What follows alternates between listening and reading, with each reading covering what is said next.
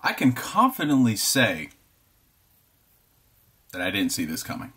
Yo, what is going on, people? NGS back again for another video. It is time, once again, for a Sunday Switch discussion, ladies and gentlemen.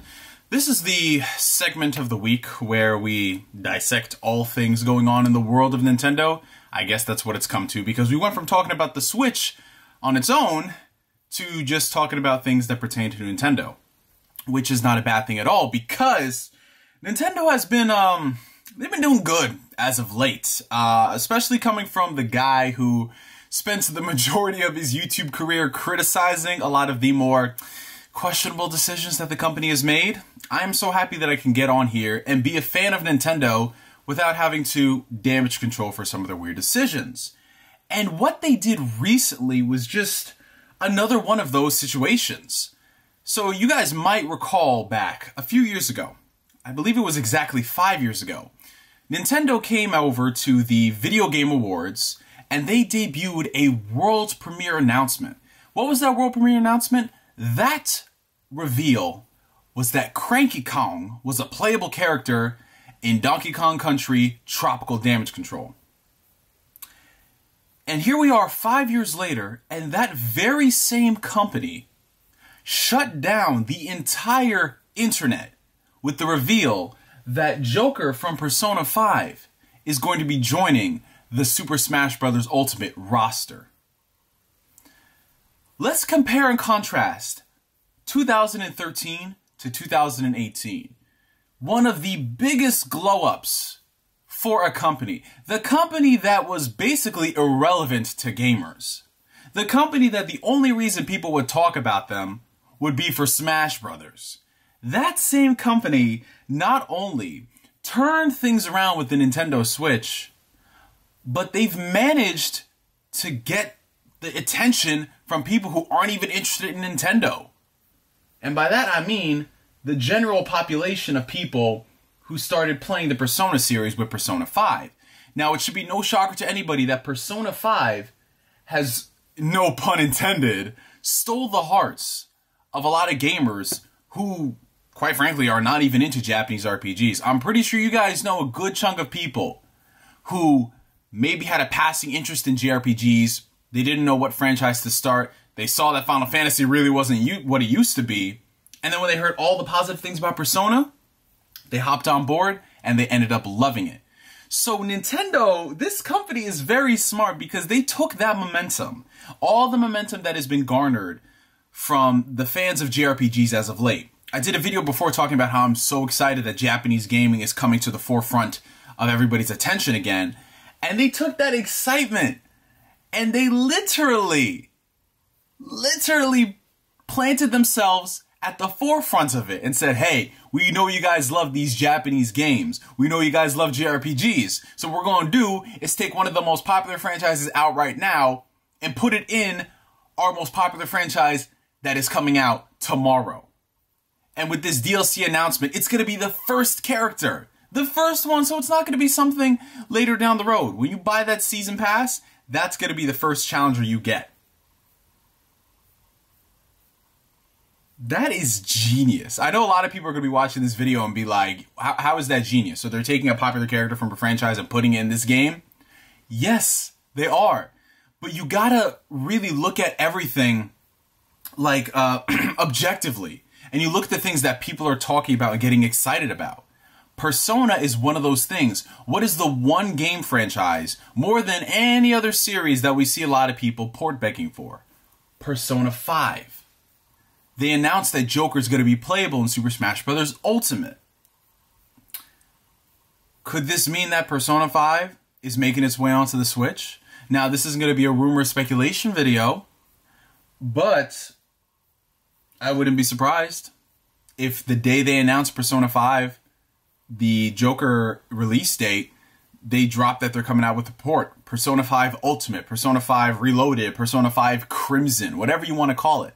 Now, I know some people are going to sit here and they'll bring up articles on how, no, it's a lifetime exclusive on the Sony platform and Atlus is working on Shin Megami Tensei 5. Why would they go ahead and bring out... Are you seriously asking why Atlus would port one of their games? But I think a lot of people are forgetting that Atlus is the Japanese version of Bethesda when it comes to Skyrim. You know, they're giving Square Enix a run for their money with how many times they could re-release the same games on a platform. That's just what they do, and I love them for it. It's why I don't criticize Square Enix as much as I used to for re-releasing some of their games on PS4, because those are tried and true games. It's a testament to their quality, and Persona 5 is one of those games. So to have it appear on Switch as sort of a buffer until Shin Megami Tensei 5 comes out in 2032, I think that'd be an excellent idea, but like I said, this is not a rumor or speculation video. Joker is going to be in Super Smash Bros. Ultimate. 2B is in Soul Calibur. Noctis is in Tekken 7. We have all these crossover games coming out like Blaze Blue. We have the characters from Ruby appearing. And with all these crossovers that are coming out, nobody ever thought to include a certain gangster. Can we also talk about the fact that Sakurai is out here basically making a better version of PlayStation All-Stars with all these characters? You've got Cloud, you've got Snake, you've got Ryu, and now you got Joker. Like, none of these games, let's be real about life, none of the most popular games have really been on a Nintendo platform. You know? Yeah, you've got the offshoots here and there, and with the case of Street Fighter, you have the really old games, but that's just funny. I think it's hilarious.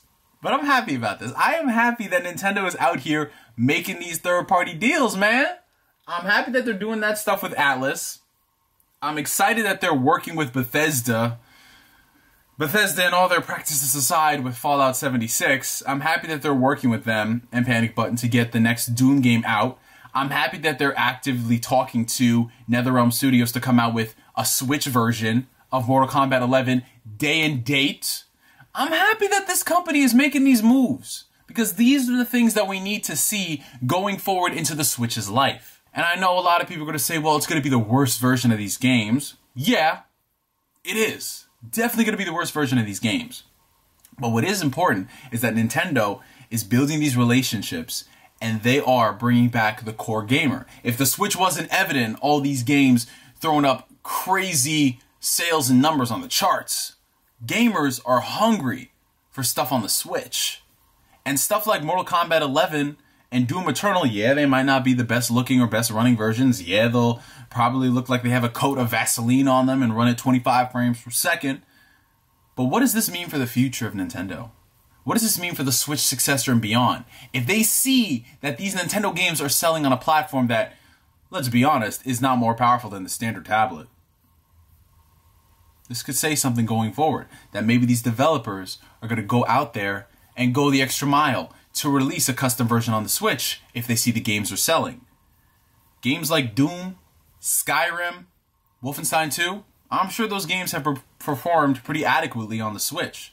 Sure, they might not sell as much as their console brethren, their counterparts on there, but if they're making their budget back and they can invest more in it, who's to say we won't see some type of version on it? This is what I keep telling people time in and time out. If you want these games, the good quality games, go out and support the good quality games. I'm not saying you got to be a sheep and buy every game under the sun, because that would be ludicrous. It makes no sense to support something just because you think in the future they might come out with it. But if you have a game that comes out that is quality, that is a great port, the developer took time and effort into crafting, and the game is at a reasonable price, you don't get to sit here and complain that some of these games coming out aren't coming on the Switch. But anyway, guys, that's pretty much what I wanted to say in this video. I'm happy that things are changing with Nintendo. From what we've seen thus far, it's looking pretty positive. Now, can we get them to fix the online in Smash Bros, though? That right there is the next issue to tackle. 2024, we're going to get that Switch messaging system. Let's go, baby, let's go.